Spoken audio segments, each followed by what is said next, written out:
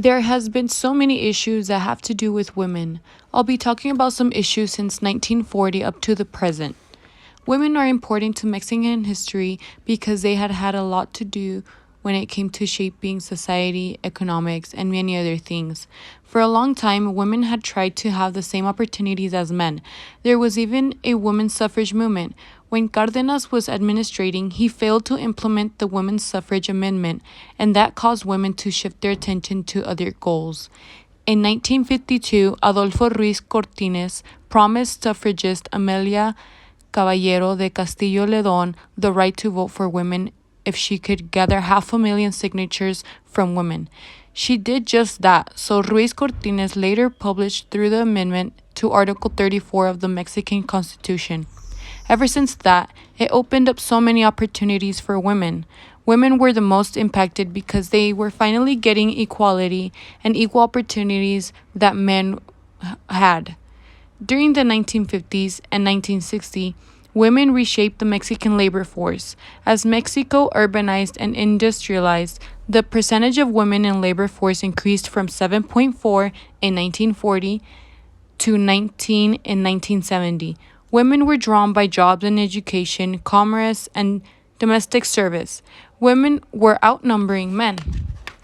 I would say the winners were definitely women and the losers were men, for simple reasons like they were taking over jobs and demonstrating that they were capable of doing what men could do.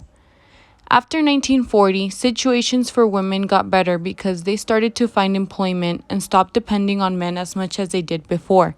In 1970, 69.6% of the 2.5 million women in the formal labor force worked in the service sector.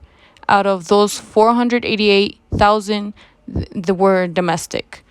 Women were officially able to vote in the 1958 presidential election. People were even surprised that women were voting for similar things that men were voting, like for the PRI. Education was also a situation that got better with time.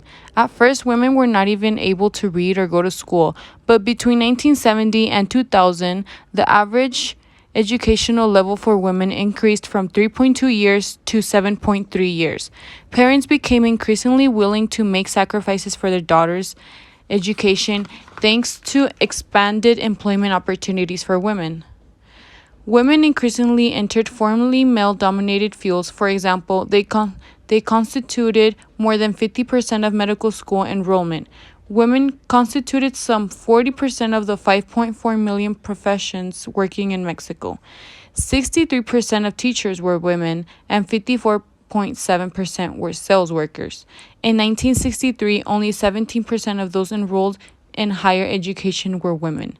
There was a social movement called #YoSoy132, where it advocated issues concerning women, gay rights, and the environment. Recently, women protested for their lives because it is very common for girls to disappear. I would like to add that a combination of social change and explicit quotas has allowed women to increase their representation in the Chamber of Deputies. For the first time, a major political party, the PAN, nominated a woman as a presidential candidate, and that was something big. The issues that women have had teaches us that Mexican history is always changing. Issues are still relevant to present-day Mexico because women still have issues like security issues, job issues, and more. I'm not a feminist or nothing, but I support and admire what women have gone through and still go through. Life is difficult for many women, also men, but mainly for women. And we admire women.